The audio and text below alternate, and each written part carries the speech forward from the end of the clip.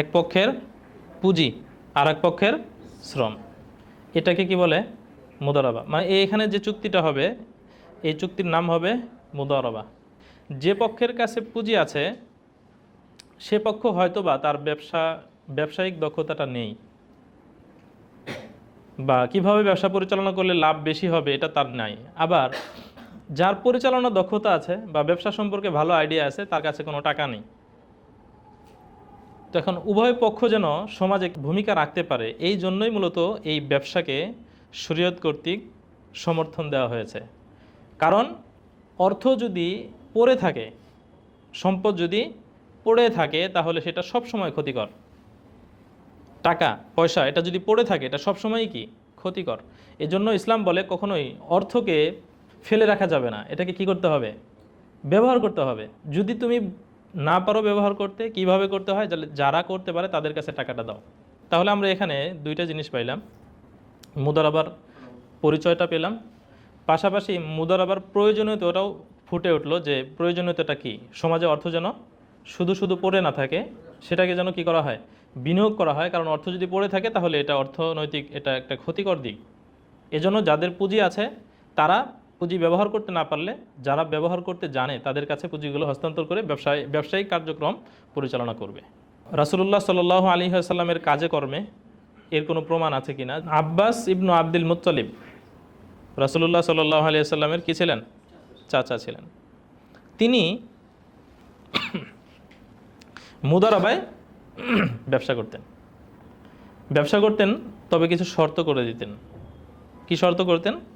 যে লা ইয়াসলুকু বিহি বাহরান, এই অর্থ নিয়ে তুমি কখনো সাগরে ভ্রমণ করে ব্যবসা করতে হয় এরকম জায়গায় যেতে পারবে না।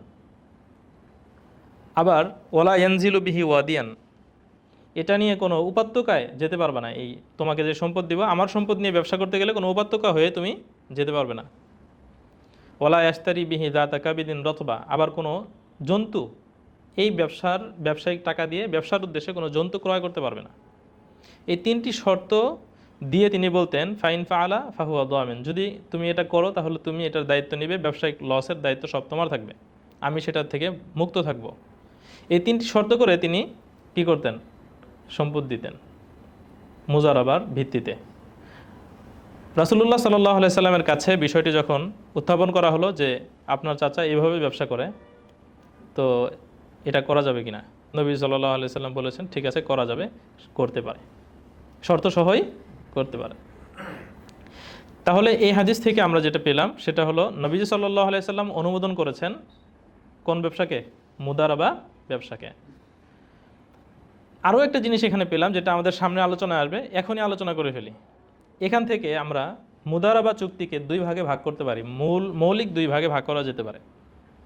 একটা হলো যিনি পুঁজি দিচ্ছেন, পুঁজিদাতা, তিনি ইচ্ছা করলে শর্ত করে দিতে পারেন, যেমনটা আব্বাস ইবনু আব্দুল মুত্তালিব তিনি করেছেন।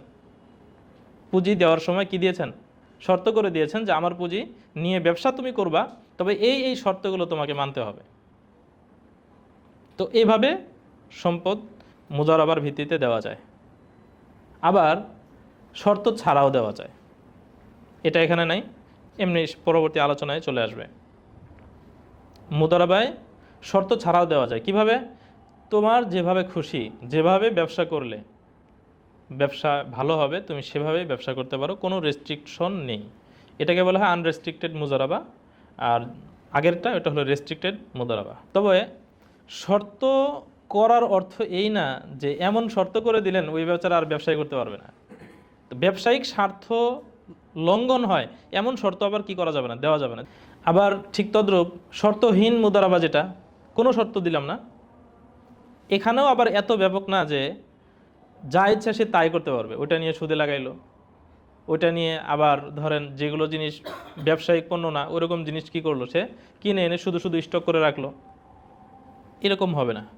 এছাড়াও সাহাবায়ে কেরামদের মধ্যে বিশেষ করে ওমর ইবনুল খাত্তাব রাদিয়াল্লাহু তাআলা আনহু, তিনি একজন এতিমের সম্পদকে মুদারাবার ভিত্তিতে দিয়েছিলেন। এতিমের সম্পদ শুধু শুধু পড়ে থাকলে কি হয়ে যাবে?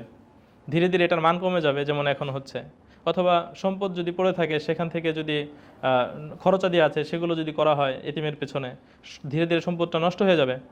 এজন্য তিনি সম্পদটাকে, এতিমের সম্পদকে একজনকে দিয়েছেন যে তুমি এটা মুদারাবার ভিত্তিতে ব্যবসা করবা, এবং তিনি সেটা ইরাকে গিয়ে ওইটা নিয়ে কি করতেন, ব্যবসা করতেন।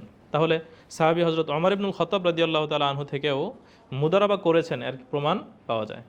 এছাড়া ইবনে মাসুদ রাদিয়াল্লাহু তাআলা আনহু, হাকিম ইবনে হিজাম রাদিয়াল্লাহু তাআলা আনহু সহ অনেক সাহাবায়ে কেরাম এটা করেছেন, এবং এ ব্যাপারে ইজমা রয়েছে, অর্থাৎ উম্মার সকল ফকিহ এ ব্যাপারে একমত হয়েছেন যে মুদারাবা ব্যবসা এটা বৈধ ব্যবসা।